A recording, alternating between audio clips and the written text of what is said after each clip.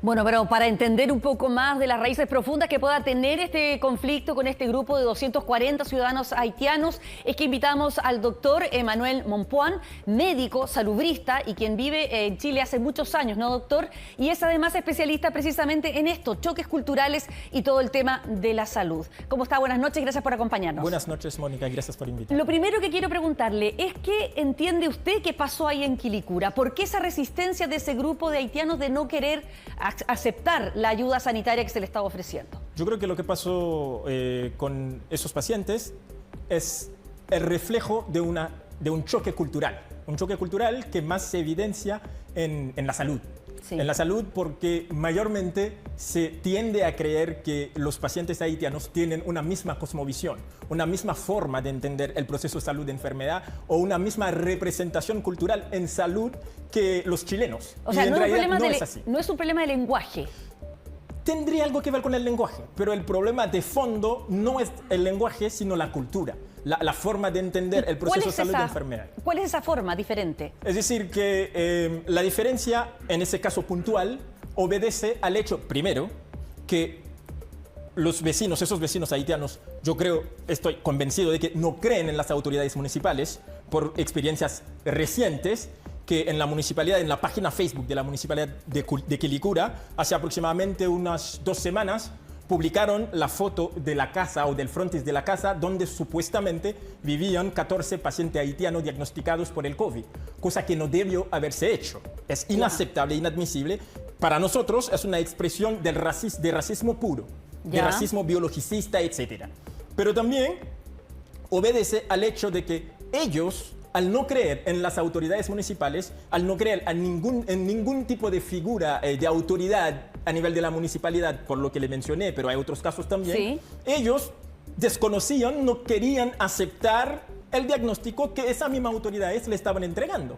Y muchas personas dicen, no, lo que pasa es que ellos no creen que los negros pueden tener la enfermedad. Obviamente es un rumor que corrió, pero al final yo creo que puede haber algunos que no lo creen, pero el grueso de ellos no creen en el diagnóstico desde mi punto de vista porque no creen en las autoridades municipales, porque tienen muy mala experiencia y una experiencia muy pésima con las autoridades municipales hace poco.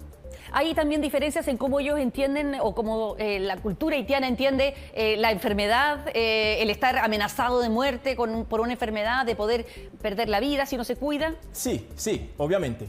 Nosotros tenemos nuestra manera de entender, es cultural, de entender el proceso, estar enfermo, estar con buena salud o estar teniendo su vida corriendo riesgo. Por ejemplo, en el caso del COVID-19, que en la gran mayoría de los pacientes, más de un 80% según los datos existentes, no presentan síntomas o presentan síntomas muy leves. Y además, si consideramos la comunidad haitiana aquí en Chile, que es la comunidad más joven de migrante, edad promedio 30.2 años, obviamente la mayoría de ellos no están presentando síntomas. Y cuando viene el paciente de una realidad, si no presento síntomas o signo de ninguna enfermedad, no estoy enfermo, entonces más le va a costar a la autoridad, sobre todo si viene de otra cultura, si desconoce esa realidad, más le va a costar entender que ese paciente, hasta que no presente síntomas, no va a creer que está enfermo. Doctor, y por último, desde su experiencia, también como es representante o de alguna manera integrante de la comunidad haitiana acá, ¿qué se debería hacer? Porque esto no va a ser la primera vez o la última que vamos a tener una situación de esta naturaleza en medio de esta pandemia. Mira, yo creo que han habido algunos casos anteriores, obviamente no en el contexto del COVID-19, pero muchísimos casos. Sí. Pero yo creo que lo que no se debe hacer, porque no estoy para dar lecciones, sino mi punto de vista es considerar primero que si bien es muy positivo que existan facilitadores para facilitar la comunicación, pero poner más énfasis en que el rol del facilitador obedece más a una necesidad por facilitar una comunicación más desde lo cultural que desde lo lingüístico. Lo cultural para mí ahí es más importante en un 80% y luego lo lingüístico, pero también tratar de entender esa problemática, esas fricciones culturales desde los determinantes sociales de la salud. Por ejemplo, desde la estigmatización, el racismo, la discriminación, la exclusión social. Porque, para ponerle un ejemplo, ¿usted cree que si ellos fuesen un grupo de italianos o de chinos, las cosas hubiesen pasado así? Yo creo que no.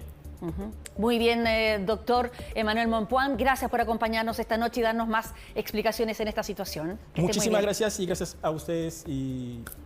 Muy buenas noches.